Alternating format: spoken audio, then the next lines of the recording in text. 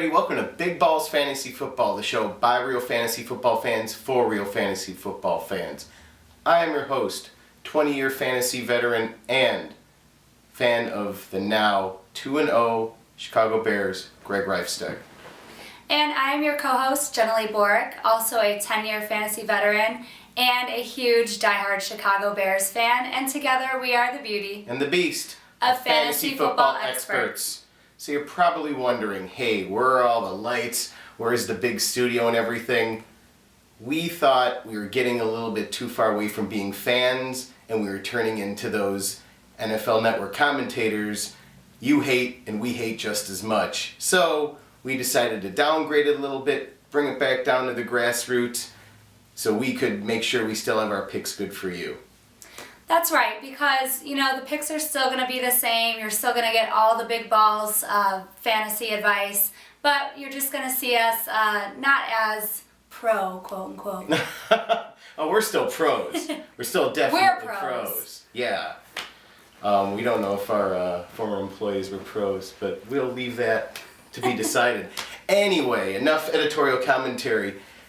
We are in week 3 of fantasy, and this is the week managers just panic their ass off because you have players that you drafted in the first or second round and they're not doing a damn thing, and you're wondering, why the hell aren't they scoring?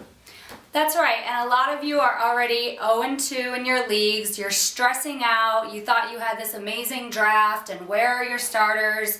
Why are they not getting you points? And a lot of you are ready to drop them already, and it's only week 3, so we have some advice for you guys. Yeah, we're going to go through 3 players that all definitely went in the first round, and we're going to, a few older people out there remember stop, drop, and roll, what you're supposed to do during when there was a fire. Well, we are going to do bench, trade, and drop.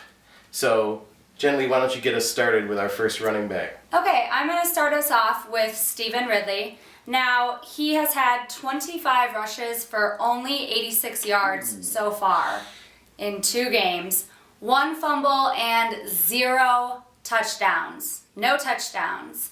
So, I don't know, what would you do first? What would you do with Ridley? I actually have him, and I'm going to bench him and just wait for the, hopefully hope to God that they get it together. But right now, I don't think you should have anybody but Tom Brady for the Patriots in your lineup. Very true. And the reason I would hold on to him, but bench him, maybe not have him in your starting lineup, is because they're going to get Gronk back. They're going to get Amendola back in a few weeks. So hopefully that Patriot passing game should start to click a little bit more, and then that'll open up the running game. So hopefully you'll be able to get him in your lineup. But I wouldn't give up on the Patriots offense just yet. It is way too early in the season to count them out. And they are 2-0, even though they haven't looked so amazing. So they're still finding ways to win games. And it's Darth Vader, and he'll always prevail. Always. Always. So, I'm going to give us number 2. We have David Wilson of the Giants. Check out these stats, Jenilee.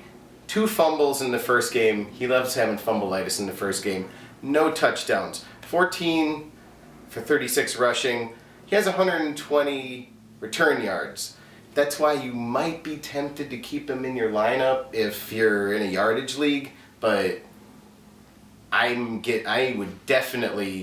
actually feel like I'm going to trade him because he has fumbleitis. They have a really suspect situation for running backs there on the Giants. They tend to get hurt. They brought back Jacobs, who got hurt, and they just keep bringing him back. I just think they beat on running backs. I'd put him out for trade bait because he still actually has some value right now. What would you do? Yeah, I like the trade option because he does have value. I know they said they were going to make him run around the field with 2 footballs so that he wouldn't fumble. So maybe that will not be an issue down the line. But he still has a little bit of value right now. If there's absolutely no one you can get for him, then I would just say bench him, but hold on to him because the Giants seem to make a run at things later in the season as well. And so he might have his, stuff together by then. Then we have our favorite person to beat on and our favorite backup to be excited about. Good old Arian Foster. A lot of people took him in the first round. A lot of people knew he was going to be injured. He hasn't been injured yet. He has just played pretty damn poorly so far. 7 for 37 on receptions, 37 for 136 rushing, 3.7 average rushing yards. That's horrible. Ben Tate, you want to read Ben Tate's stats there? If I can read your terrible handwriting.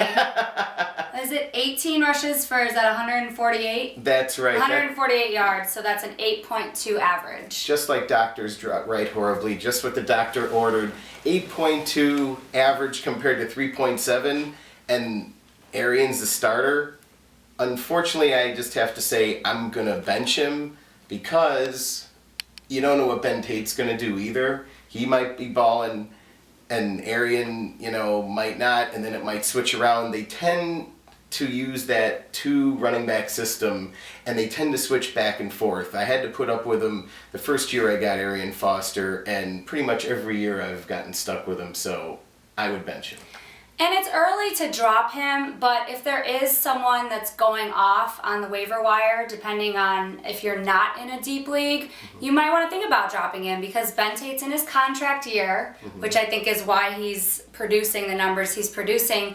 And the Texans offense just isn't looking that great. The Texans as a whole aren't looking that wonderful. Right. I mean, they struggled against the Chargers, they struggled against the Titans. So I'm not sure that they're going to be the team that everyone is thinking they're going to be and make the playoffs. I don't know if that's going to happen. So you're saying I should drop him? I might just have to listen to you. Depends who's on the waiver wire. That's right. Okay, next we are going to get into our Bears. I think they did pretty damn good this week, don't you? I think we even had our doubts about them going into this game. It was a very stressful game to watch, but they are the comeback kids. It seems like fourth quarter magic is happening for us. So we're not terrible throughout the game, but the fourth quarter is where all the magic seems to happen. And that's why we have to bring up Jay Cutler. All of a sudden, Jay Cutler, who's always been suspect every year, nobody wants him on their fantasy team unless they're like some diehard Bear fan and they want to be a homer.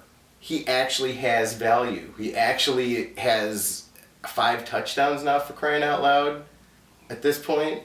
I mean, that's crazy for him, stat-wise. It is, and the only concern with him is the interceptions. If he can just find a way to not turn the ball over as much, because I think the touchdowns are going to keep happening. It's just you don't want to lose points for those turnovers. So I think that's my only concern. But, he's a good pickup if you can get him now, possibly, and stash him even for a couple weeks. But they're playing Pittsburgh, so what do you think is going to happen with Pittsburgh? I think Martellus Bennett is going to go off again. He already has 3 touchdowns. That is the total amount of touchdowns that tight ends had all last year on our team. All last year, and he's already tied it in 2 games. So Jay's obviously going to him. He got the winning touchdown catch. I think that Pittsburgh, their defense is still hanging in there. We talked about this before the show. The defense is still hanging in there. Their offense is horrible. They have no running game. We just need to make our defense work. I think you have a few words to say about our defense. Yeah, they have no pass rush right now, so that's definitely a problem because playing cover 2 is very difficult if you're not getting to the quarterback. Pittsburgh's offensive line isn't that good, so hopefully we'll be getting a few sacks in that game. But, I don't know. You can't sit your skill players like Brandon Marshall, Matt Forte. You got to start those in your fantasy lineup because they're going to get you some points. But this is not a give-me game for the Bears. Definitely not. Pittsburgh is desperate for a win. They're playing at home. The Bears have not played on the road yet. And I think they're going to start off fast. They're going to try to be creative, try to get points on the board right away. And it's just going to be a hostile environment for the Bears to play in. So the Bears have played well, but I don't think it's just a game that we can say, oh, we're going to walk in there and win. I absolutely don't think that's the case. I think it's going to be a pretty intense showdown. Right, but that's where you're going to get your B. Marsh points. That's where you're going to get your Cutler points going down the stretch and your Bennett points. So you definitely want to play some Bear players. Even though it is Pittsburgh at home, you're going to have to put some of them in there. Absolutely, and I think some of Pittsburgh's receivers are definitely going to be worth playing. You know, you have Antonio Brown, maybe Emmanuel Sanders, because their run game they're having problem with their, you know, running game. So I think that some of their receivers are going to find ways to get open and get you some fantasy points as well. A problem with the running game, my God, when you need to bring Dwyer back and he still has a weight problem, you're in some deep trouble. And Isaac Redmond couldn't run through the two of us if we were playing, you know, Red Rover. I don't think he could break past us. And they started Felix Jones, so it's, you know, that their running backs are just up in the air. You don't know who's going to start. So it's all trouble there. So when we come back, are you ready to give us your real men? Yes, I have 3 real men for you guys this week. All right, let's get on to the week 3 real men. Stay tuned. Need a real man. Have you seen him? Welcome to my Real Man segment. Now we are in week 3 of the NFL, and I have 3 more picks for you guys to get in your lineup this week. Week 2 was very scary fantasy-wise. There were players that are unknowns or that are on the waiver wire that went off, and then your first and second round picks just blew it and you didn't get points from them. I know Larry Fitzgerald really screwed me over. So hopefully week 3 will be a little bit better with picks. Now my first pick for you guys is quarterback Matthew Stafford, and he's like a 1 on the ball scale because if you have him, you're barely ever going to be sitting him. I don't know why you would sit him, but I like his matchup this week. The Lions offense is still high powered, like always. They actually rank 8th so far over 2 weeks in offense. And this week they're playing the Redskins. That's why I like the matchup. Stafford has 635 yards, 4 touchdowns, and only 1 interception so far through 2 games. So he's taking care of the ball, which is always a good thing, and he's still finding the receivers in the end zone. Washington's defense ranks last overall, and they rank 23rd against the pass. So in 2 games, they have not done anything very impressive. And Bush should be good to go. We're not sure on that yet, but his MRI was clean. Washington's run defense is terrible. So if Detroit can keep their running game going with Bush, then Stafford will be fine, and that will open up the receivers for him to be able to pass. And just in case Washington comes out fast because they're desperate for a win, Stafford should be throwing the ball to catch up and be able to win the game, hopefully, for the Lions. So my second pick for you guys is wide receiver Anquan Boldin. Now he's like a 3 on the ball scale. We're not quite sure how he's going to do throughout the season, but again, it's about matchups, and I like his matchup. San Francisco's offense got completely embarrassed against Seattle last week, so they need to bounce back, and they're playing at home, and home is a great place to bounce back. And even though he had a crappy week 2, we cannot forget that he had a monster week 1 with 13 receptions for 208 yards and a touchdown. So even though his week 2 didn't work out very good, he still got those points for you in week 1. The Colts defense ranks 29th against the run, so if they can get Gore going, again, it's going to open up those passing lanes for Kaepernick. And we don't know Vernon Davis's status yet either on that hamstring, so if he's limited or if he's out, Boldin is going to have to pick up the slack. So get him in your lineup. I think he's going to produce this week a lot more than he did last week. And my third real man for you guys is running back Doug Martin. He's a 2 on the ball scale. He hasn't been quite what everyone has expected yet, but it's only been 2 weeks. He did have 144 yards last week, but he did not find the end zone. So Tampa Bay desperately needs to get him going, and they need to get him in the end zone. The Patriots defense is an unimpressive 28th against the run, so that should help him out as well. And Tampa Bay needs to get their offense clicking. They're only 29th in the league so far in offense, and the perfect person to get them clicking is Doug Martin. Hand the ball off. Also for Tampa Bay, luckily, New England's offense is not going off yet. They are not gelling. So hopefully Tampa Bay will be able to hand off the ball to Martin because they won't be trying to catch up so much.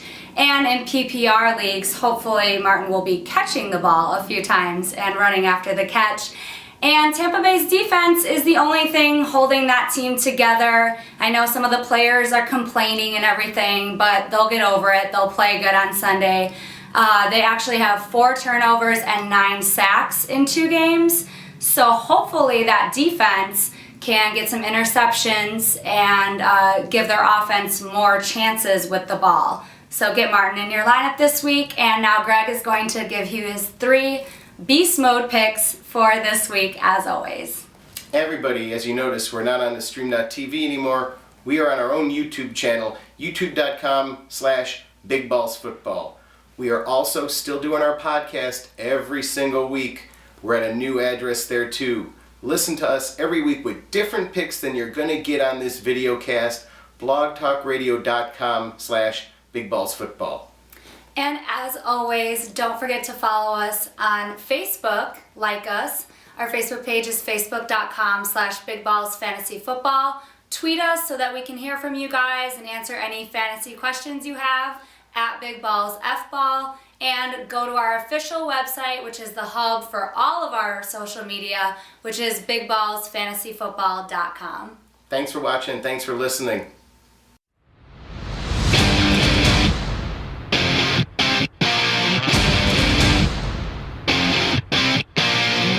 Welcome back to Big Balls Fantasy Football. You are now in beast mode with Greg, and I have my 3 beasts of the week for you this week. My first pick is Eddie Royal of the San Diego Chargers. There is no way you can pick him up off the waiver wire, and if you already took him in your draft, you're a complete 6 balls infinite genius, but I know nobody picked him up. Everybody had Malcolm Floyd, who had that horrible hit. Now you need to pick up Eddie Royal because this guy has gotten 5 touchdowns in 2 weeks. 90 yards, 3 touchdowns in 1 week against the Eagles. It's crazy. You need to pick him up. You need to put him in your lineup. He is a must play this week. My second pick is Marshawn Lynch of the Seahawks. He is going to be going up against the Jaguars in Seattle. Are you kidding me? The Jaguars in Seattle. It's just going to be a bloodbath.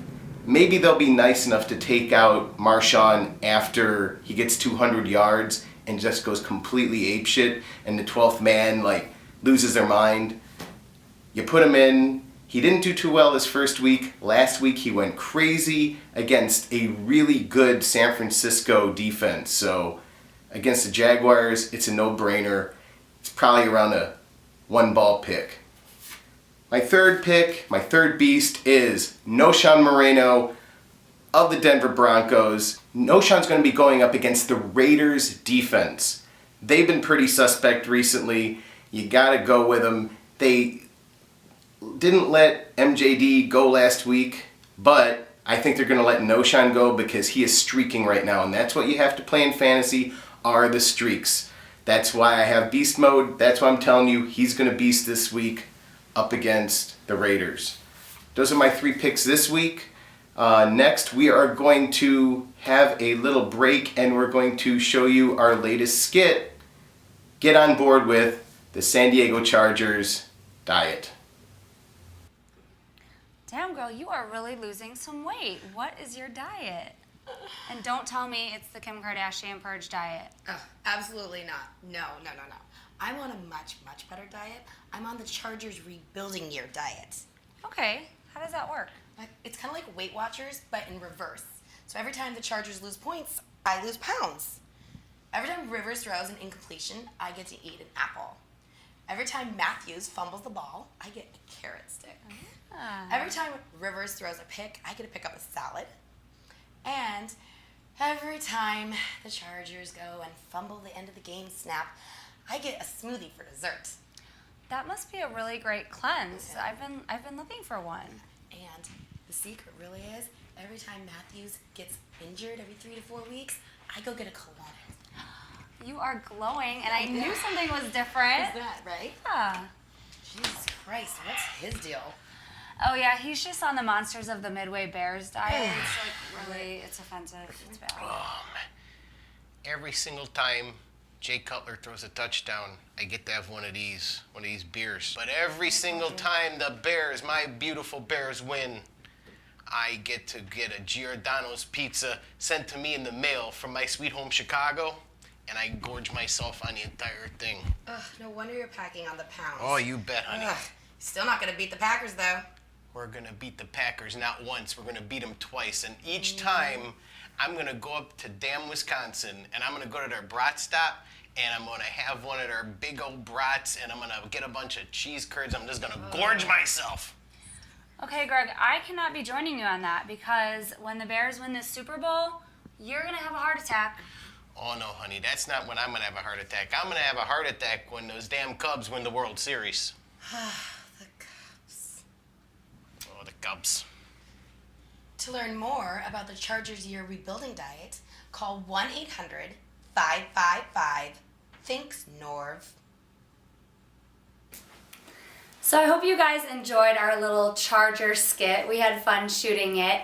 And actually, Greg the Beast and Smash went to San Diego without me, but I heard they had a little bit of fun. Oh, we sure did. We didn't want to leave you behind, but, you know, I didn't think you'd want to go to a Chargers game.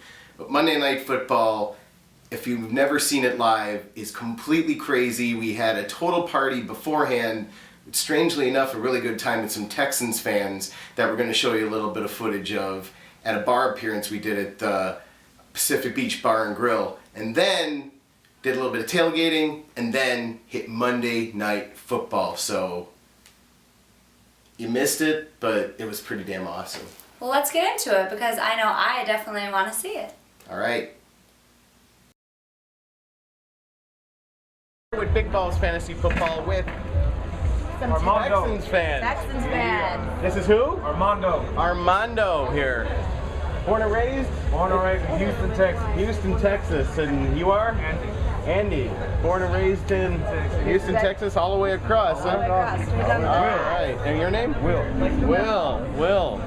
Now, do you have any Texans on your guys' teams? Like, I personally, I have Houston's D, and I have Andre Johnson. So, I, as much as I love my Chargers, I do expect it to be it's going to be rough. It's going to be rough. I hope it's not going to be complete ass kicking, but, you know, the last 4 times the Chargers and Texans have played each other, the Chargers have beaten the Texans. Oh, yeah?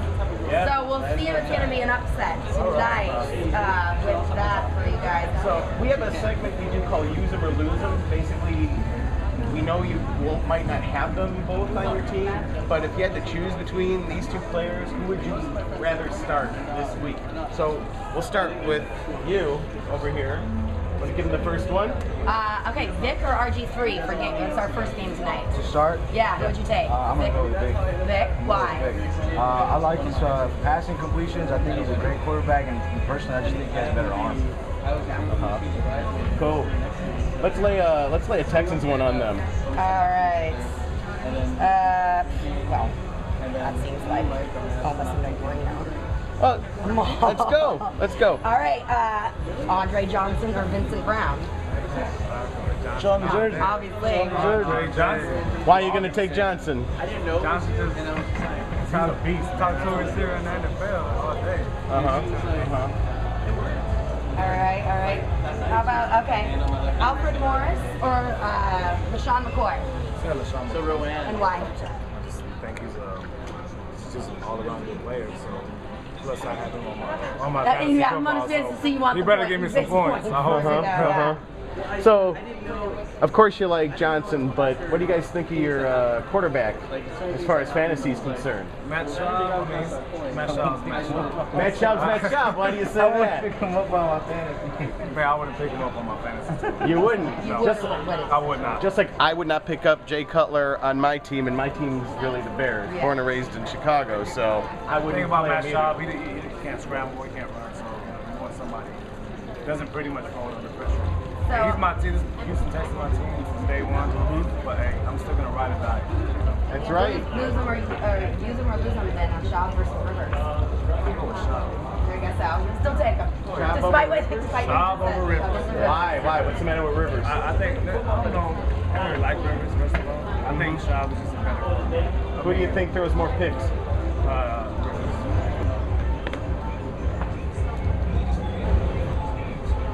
Hey guys, this is Smash over here with Big Balls Fantasy Football, and we're down here for the pregame for the Chargers-Houston's game, and I'm here with one of my very own fellow Chargers fan. What's your name? Tyler. Tyler, how long have you been a Chargers fan?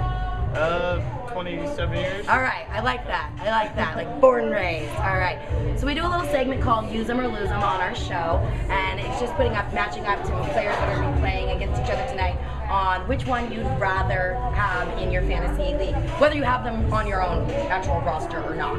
Okay. So for tonight, our game, we'll start off with this one. Rivers or Shaw? Rivers. Why? Because he's just, like, I'm not sure what he did last year, like, compared to Sean, but I'm pretty sure he did better. And I know he has the potential to do a lot better. Okay.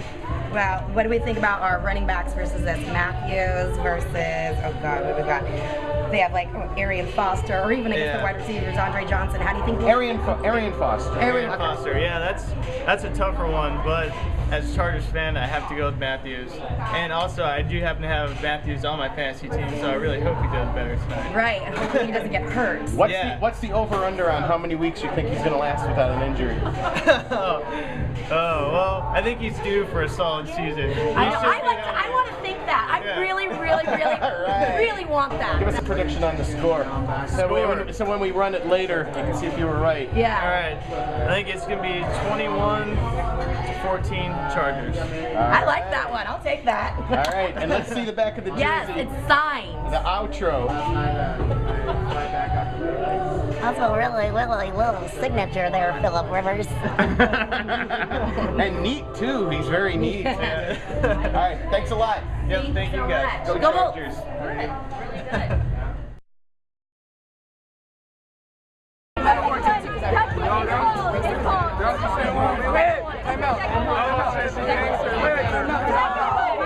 Tailgating. Big Balls Fantasy Football. This is how you do it in San Diego. Coors Light. She's got the Coors Light. Exactly. Yeah. Chargers gear to Coors Light.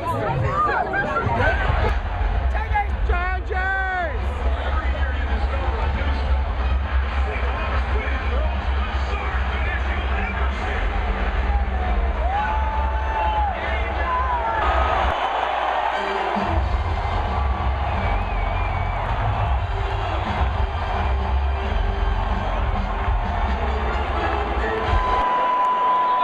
First and goal from the 6.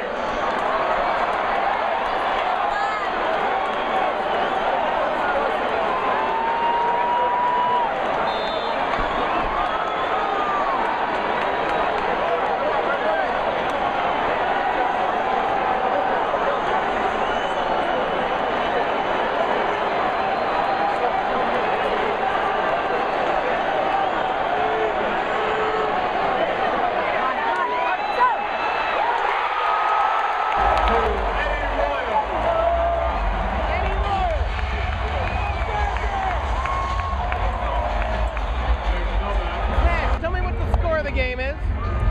It's a very exciting 28-7. Chargers not used to Texans, which everyone thought that this was going to be a blowout in the other way around, but it's not. It's fantastic. So now that we've all seen the video footage, I wanted to ask Greg what was his favorite part about the Charger game? The fans. Strangely enough, the Texans fans. Chargers fans are all well and good, and I had a blast partying with them. But we're leaving the game, and the same people you saw in that footage, especially the guy with the bitchin' hat, we walk out of the stadium, and out of 56,000 people, Jenilee, they are right in front of us, and they scare the living crap out of Smash. The guy puts on his mask, and he's like, "We won!" It was so awesome. They did look like fun. Oh, they they're looked a like fun blast. people to party with. I wanted to go so. party with them on their party bus afterward, for crying out loud. So, and we're going to be doing more live appearances. Greg and I are going to go to the Chicago Bears game against the Giants. So we're going to have lots more footage for you guys throughout the season. But be sure to join us next week for your Week 4 fantasy football picks. We're also going to have Adrian on. You guys have seen her before. She's going to give us the Patriots report. And Smash is going to give the smash and grab picks, maybe some waiver wire wackiness to go into the bye weeks with. So tune in next week right here on our YouTube channel, youtube.com/bigballsfootball. Good night. Good night.